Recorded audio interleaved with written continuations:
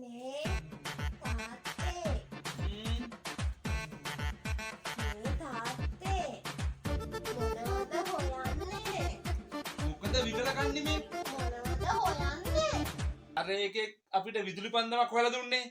ආන් ඒක මම මේ හොයන්නේ. කෝ ඉන්න මම හොයලා දැන් කියාගන්න. මේ තියන්නේ අනේ කන්නඩ දෙක තාම මෙතන දෙන්නේ නැත්තේ. මේ තියන්නේ අනේ. මේන් බලපං පැත්තට. දුව විකල කන්නේ. මේක අපිට හොයලා දුන්න මහත්තයා ඉන්නේ. මේ මහත්තයා මේක කැරි තැන් වල තියලා හොයාගත්තේ. ඒකට කොච්චර මහන්සියක් වෙනවද මේකම හදාගෙන හොයාගන්න. බලන්න මෙතන තිබෙක මට හොයාගන්න බැරුණා. හා දැන් බලන්න.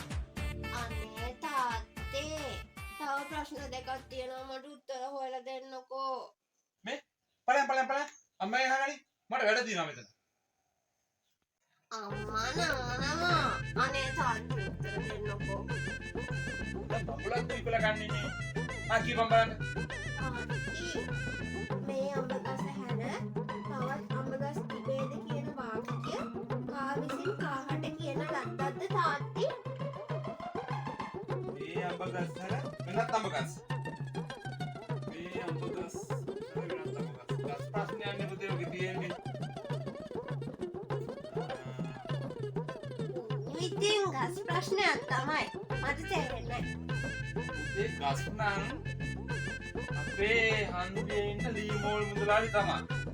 සුදීර මුදලාලි. එතකොට සුදීර මුදලාලි ඔක අහන්න ඇත්තේ අඹ පුතේ ගොඩක් තියෙන්නේ අපේ අරබෙවත්තේ මහින්ද අයියලාගේ. ඒක තමයි අඹ ගස් ගොඩක් තියෙන්නේ. එතකොට උඹට මතකනේ ගෙනල්ලා දෙනවා අඹ ටික.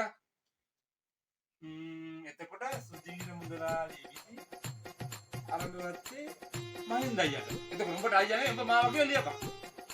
සුදීර මුදලාලි අරබෙවත්තේ මහින්ද මාම කියලා ලියපන්.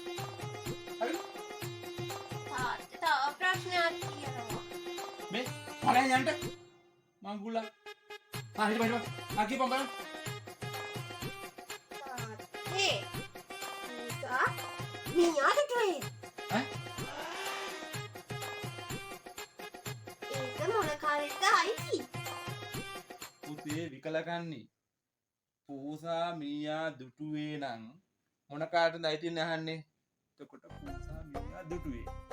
එතකොට පුතේ මීයාගේ නරක කාලේ. ඔබ ලියපන් මීයාගේ නරක කාලේ කියලා. බොරන් ආපන් අම්මගෙන්. බලන්න අම්මා දන්නවා මීයාගේ හැටි. ෂා මරුනේ තාත්තා. මම එහෙනම් එහෙම ලියන්නේ. මගේ හොඳ තාත්තා.